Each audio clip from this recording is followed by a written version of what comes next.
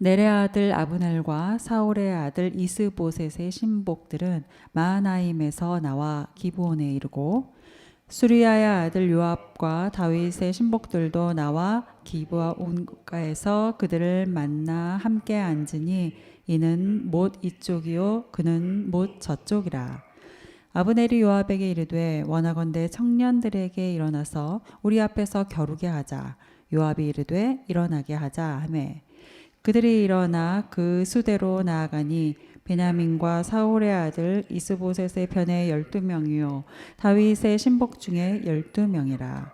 각기 상대방의 머리를 잡고 칼로 상대방의 옆구리를 찌르매 일제히 쓰러진지라. 그러므로 그곳을 헬갓 핫수림이라 일컬었으며 기브온에 있더라. 그날의 싸움이 심히 맹렬하더니 아브넬과 이스라엘 사람들이 다윗의 신복들 앞에서 패하니라. 그곳에 수르야의 세 아들 요압과 아비새와 아사엘이 있었는데 아사엘의 발은 들노루같이 빠르더라. 아사엘이 아브넬을 쫓아 달려가되 좌우로 치우치지 않고 아브넬의 뒤를 쫓으니 아브넬이 뒤를 돌아보며 이르되 아사엘아 너냐 대답하되 나로라. 아브넬이 그에게 이르되 너는 왼쪽으로나 오른쪽으로나 가서 청년 하나를 붙잡아 그의 군복을 빼앗으라 하되 아사엘이 그렇게 하기를 원하지 아니하고 그의 뒤를 쫓으매 아브넬이 다시 아사엘에게 이르되 너는 나 쫓기를 그치라. 내가 너를 쳐서 땅에 엎드러지게 할 까닭이 무엇이냐. 그렇게 하면 내가 어떻게 내 형 요압을 대면하겠느냐 하되 그가 물러가기를 거절하매 아브넬이 창 뒤끝으로 그의 배를 찌르니 창이 그의 등을 꿰뚫고 나간지라. 곧 그곳에 엎드러져 죽음에 아사엘이 엎드러져 죽은 곳에 이르는 자마다 머물러 섰더라. 요압과 아비새가 아브넬의 뒤를 쫓아 기브온 거친 땅의 길가 기아 맞은 쪽 암마산에 이를 때에 해가 졌고 베냐민 족속은 함께 모여 아브넬을 따라 한 무리를 이루고 작은 산 꼭대기에 섰더라. 아브넬이 요압에게 외쳐 이르되 칼이 영원히 사람을 상하겠느냐.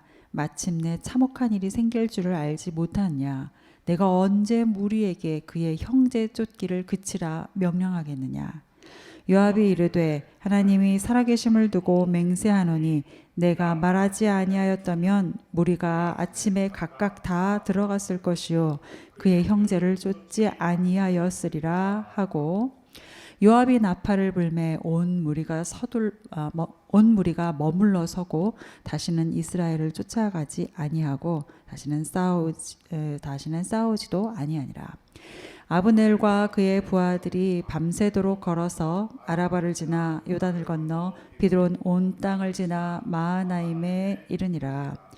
요압이 아브넬 쫓기를 그치고 돌아와 무리를 다 모으니 다윗의 신복 중에 19명과 아사엘이 없어졌으나 다윗의 신복들이 베냐민과 아브넬에게 속한 자들을 쳐서 360명을 죽였더라. 함께 읽겠습니다. 무리가 아사엘을 들어 올려 베들레헴에 있는 그의 종상묘에 장사하고 요압과 그의 부하들이 밤새도록 걸어서 헤브론에 이른 때에 날이 밝았더라. 어제 저희는 사무엘하 이제 오늘 말씀 앞부분인 2장 1절부터 11절까지의 말씀 나누었습니다. 어렵고 필요한 상황에서뿐만 아니라 모든 상황에서 항상 기도하는 다윗의 모습을 우리가 보았죠. 다윗이 그럴 수 있었던 것은 그에게 있어서 기도라는 것이 그 자신의 뜻을 이루기 위한 방법이었던 것이 아니었고 사랑하는 하나님의 뜻이 무엇인지 묻고 또 그것에 온전히 순종하기 위한 그런 시간이었기 때문이었습니다. 그러나 그럼에도 불구하고 그러한 다윗의 주변에 있는 사람들 또 다윗을 둘러싸고 있는 세상은 다윗의 그런 순전함을 의심합니다. 그리고 미혹하죠. 계속해서 다른 방향으로 가도록 부추기기를 쉬지 않습니다. 그때뿐만 아니라 우리가 살고 있는 세상도 그런 것 같습니다. 여러분 다윗의 그 순전함과 오롯함을 기억하시면서 우리 역시 그리고 이 땅에 있는 교회들 역시 다윗처럼 오롯이 믿음의 길 걸어갈 수 있도록 기도할 수 있기를 바랍니다. 오늘은 이어서 사무엘하 2장 12절부터 마지막까지의 말씀입니다. 12절부터 13절까지만 우리 다시 한번 읽어보시겠습니다. 12절부터 13절입니다. 시작.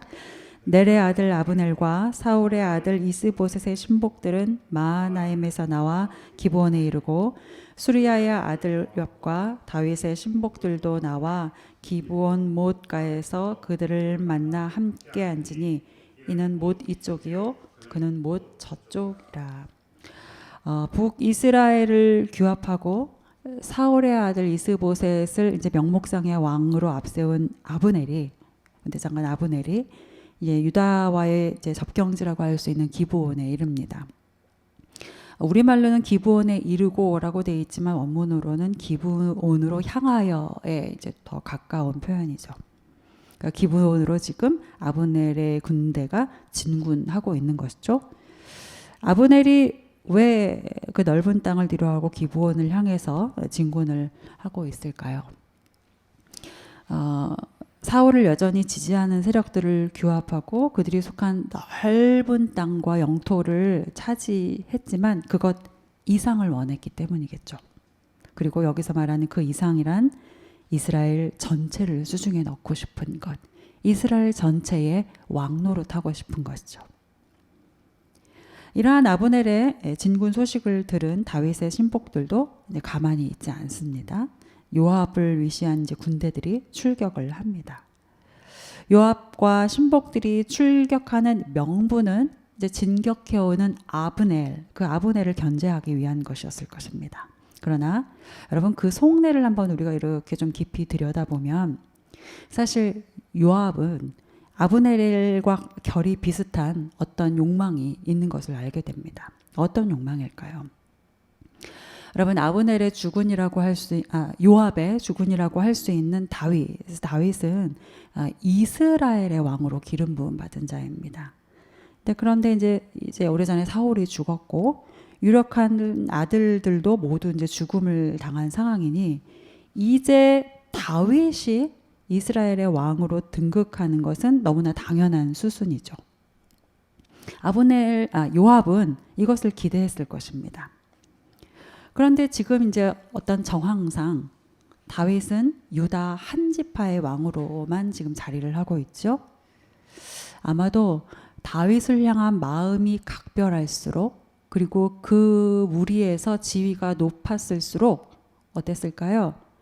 속히 다윗이 이스라엘 전체의 왕이 되어야 된다라고 생각했을 것입니다.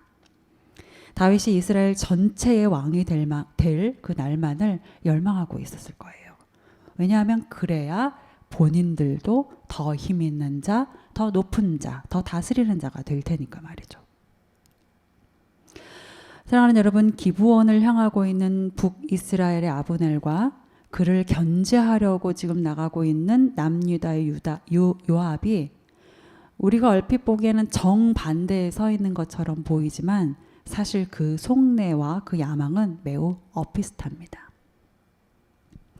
우리가 어제 나누었던 2장 1절의 말씀을 좀 기억해 보시면 다윗이 하나님께 여쭙기를 내가 유다의 한 성읍으로 올라가리까 하고 여쭈어요. 근데 어제도 우리가 함께 나누었지만 이제 그때는 다윗이 전체 이스라엘의 왕이 되기에 참 적기라고 볼 수 있는 그런 때인데 그렇다면 이제 상식적으로 생각해 보면 다윗은 하나님께 묻기를 하나님 이제 제가 아브넬을 치러 갈까요?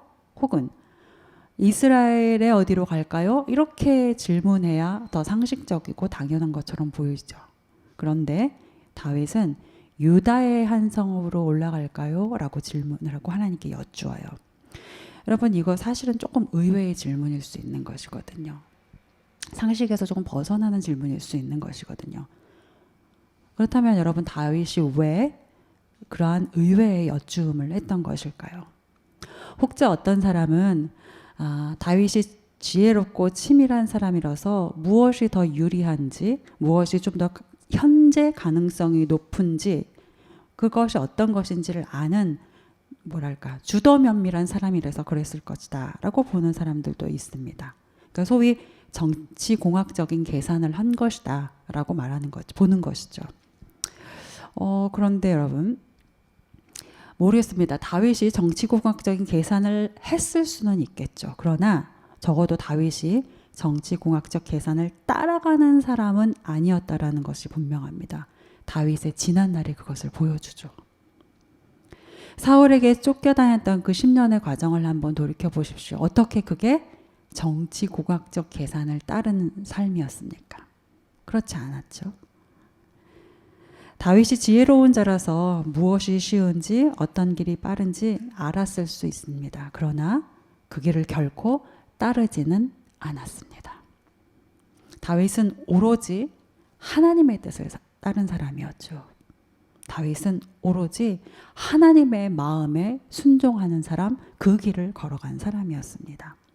따라서 이것으로 미루어 보건대 어제 1절에서 그런 의외의 여쭈음을 한 것은 왜 유다의 한 성읍으로 올라가야 할까요? 라고 의외의 여쭈음을 한 것은 다분히 하나님이 주시는 마음을 따른 기도라는 것을 알 수 있습니다. 다윗은 상식적으로가 아니라 하나님의 뜻을 여쭈었던 거예요. 하나님의 뜻을 확인했던 것입니다. 그렇기 때문에 상식적인 우리 눈에 그것이 의외의 여쭈음으로 보이는 것이죠. 문제는 다윗의 주변에 있는 사람들이 이러한 다윗의 순종을 미처 따라가지 못하고 있다는 거예요.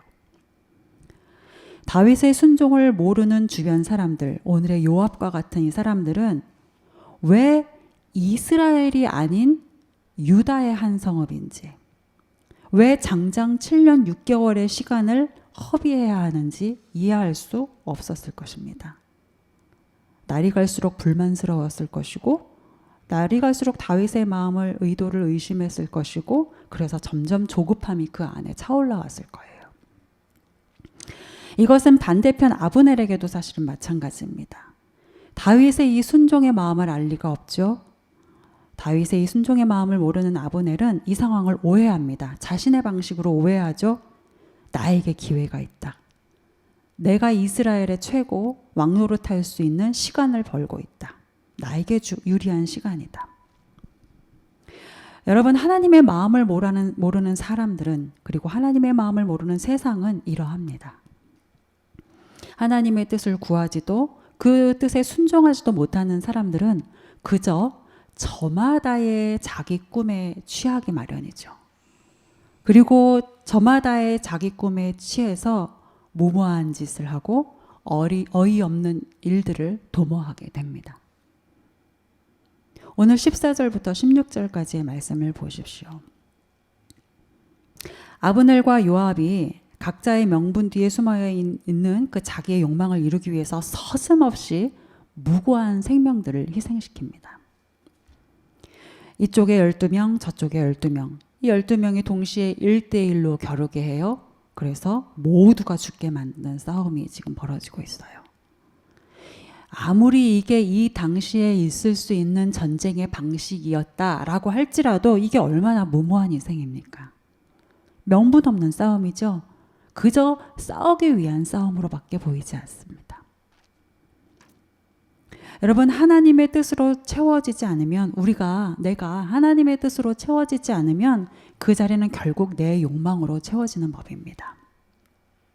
다분히 이기적인 저마다의 욕망으로 채워지기 마련이에요. 그리고는 그 욕망들은 종국에 오늘의 본문에서와 같은 무모한 짓들을 서슴없이 저지르게 만들죠. 여러분, 하나님 없는 뜻은 그저 허무덩어리일 뿐입니다. 하나님 없는 계획은 향방 없이 내달리는 것과 다르지 않습니다. 그래서 결국에는 무고한 희생만 낳게 되는 말이죠. 이것이 저들에게만 해당되는 것이겠습니까? 우리는 다를까요? 여러분, 우리가 하나님을 놓치는 순간 우리 역시 다를 바가 없습니다.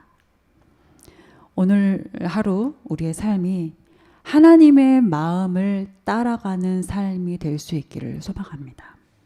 그리고 향방 없이 내달리는 이 세상, 이 사회에 일어나는 여러 안타까운 현상들을 좀 가슴에 품고 우리가 중보할 수 있기를, 그런 하루가 될 수 있기를 소망합니다. 하나님의 뜻 모르고 내달리다가 안타깝게 되는 또 한 사람이 여기 있습니다. 우리 18절부터 19절까지의 말씀 함께 읽으시겠습니다. 18절부터 19절 말씀입니다. 시작. 그곳에 수리아의 세 아들 요압과 아비새와 아사엘이 있었는데 아사엘의 발은 들로루같이 빠르더라.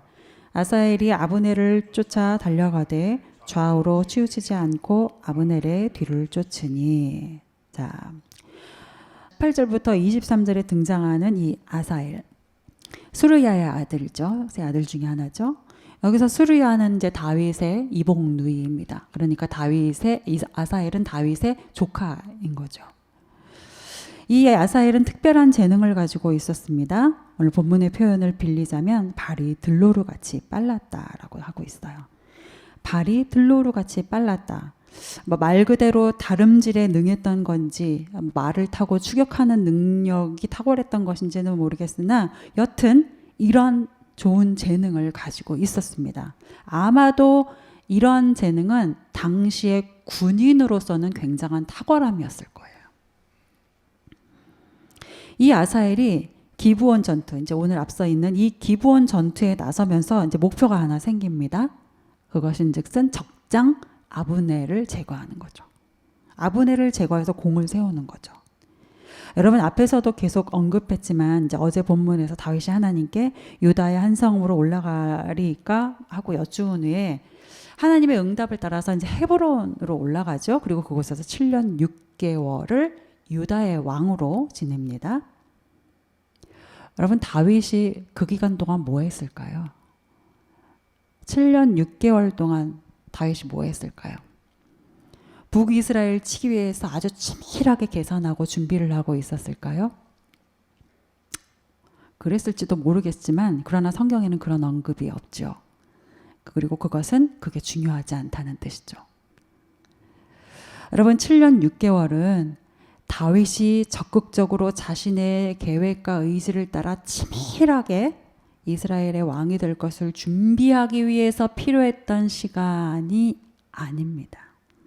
7년 6개월은 아브넬을 비롯한 사울의 세력들이 자멸해가는 시간이었어요.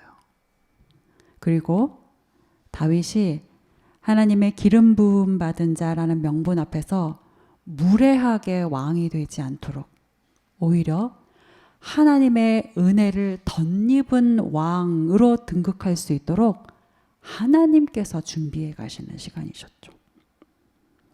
다윗은 이것을 신뢰했던 겁니다. 다윗은 이 하나님을 신뢰하며 7년 6개월의 시간을 보내고 있었죠. 그리고 이것이야말로 진정한 다윗이 왕이 되는 것을 준비하는 것이라고 볼 수 있죠. 그런데 하나님의 마음이 없는, 즉 아사엘과 같은 사람들은 이것을 알 리가 만무합니다.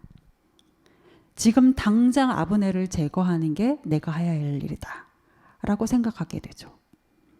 그리고 그렇게 함으로 다윗은 이스라엘 왕이 되고 나는 인정받는 더 높은 사람이 되는 것, 이것이 다윗에게도 나에게도 서로 우리 모두에게 윈윈이다 라고 생각하는 것입니다. 하게 되죠.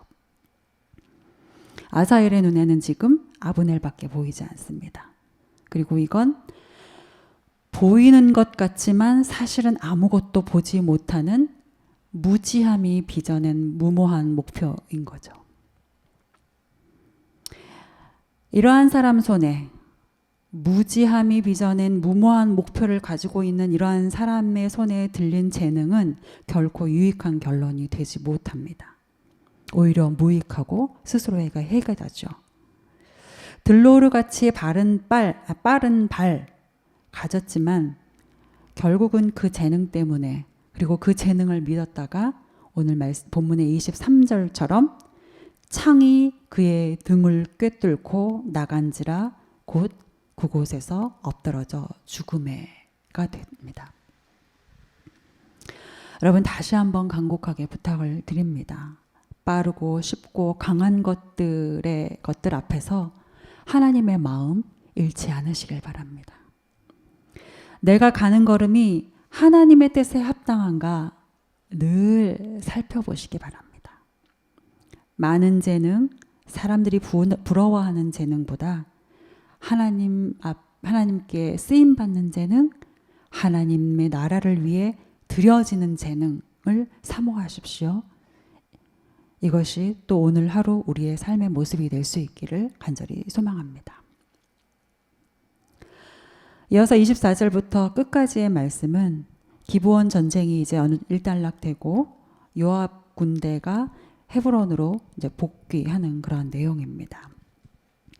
24절부터 28절까지 내용을 보시면 아사엘의 죽음 이후에 이제 서로 간에 이제 휴전을 합의를 해요. 형제를 언급하고 하나님의 이름을 언급하면서 처음에 전쟁이 시작했던 그 마음과 또 다른 이제 휴전을 합의를 합니다. 전쟁을 멈추죠.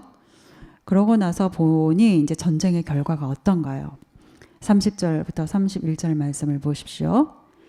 사상자의 수가 아브넬 쪽으로 360명, 요압 쪽으로 20명이 발생을 합니다. 요압 군대의 사상자가 현저하게 적죠? 요압 군대의 사상자가 훨씬 현저하게 작으니 이 전쟁은 요압이 승리한 겁니까?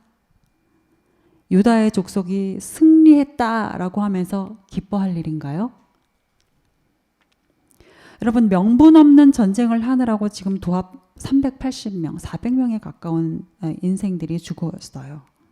죽음을 맞이했습니다. 누가 이기고 지고의 문제가 아니라 이것을 바라보고 계시는 하나님의 마음이 어떻겠습니까? 이 명분 없는 전쟁으로 인해서 400여 명에 가까운 사람들이 죽은 이 모습, 이 처참한 모습, 이 허망한 모습을 보시는 하나님의 마음이 어떠실까요? 무지하여 무모하게 죽은 생명들을 보시는 주님의 마음이 어떻겠습니까? 여러분, 하나님 없는 내다름의 끝은 이토록 무모합니다.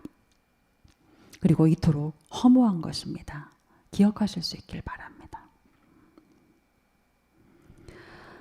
32절 말씀 마지막으로 읽겠습니다. 32절 시작. 무리가 아사엘을 들어올려 베들레헴에 있는 그의 조상 묘에 장사하고 요압과 그의 부하들이 밤새도록 걸어서 헤브론에 이른 때에 날이 밝았더라. 허망한 죽음 아사헬을 장사하고 이제 요압을 위시한 유다 군대가 헤브론으로 복귀를 합니다. 뭐 딱히 승전이라고 할 수 없는 마음을 부여잡고 이제 밤새 걸어서 헤브론에 이르렀을 때에 저기서 이제 날이 밝아오죠.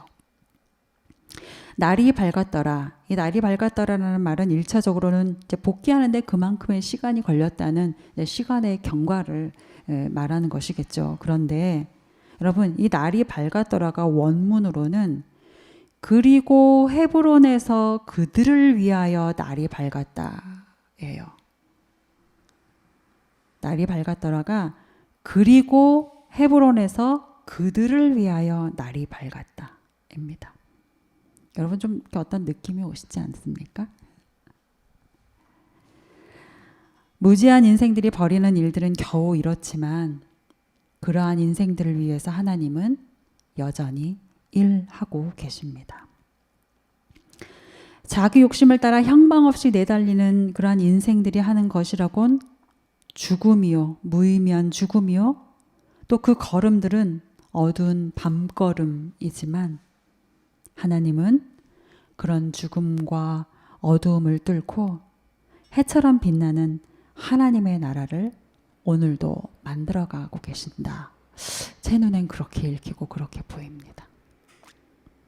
오늘 하루 무지한 욕망을 따라 무모한 목표로 허망한 인생을 사는 사람들과 세상과 같지 않고 하나님 나라, 빛과 같이 빛나는 하나님 나라의 백성으로 사실 수 있기를 온 마음 다해 축복합니다.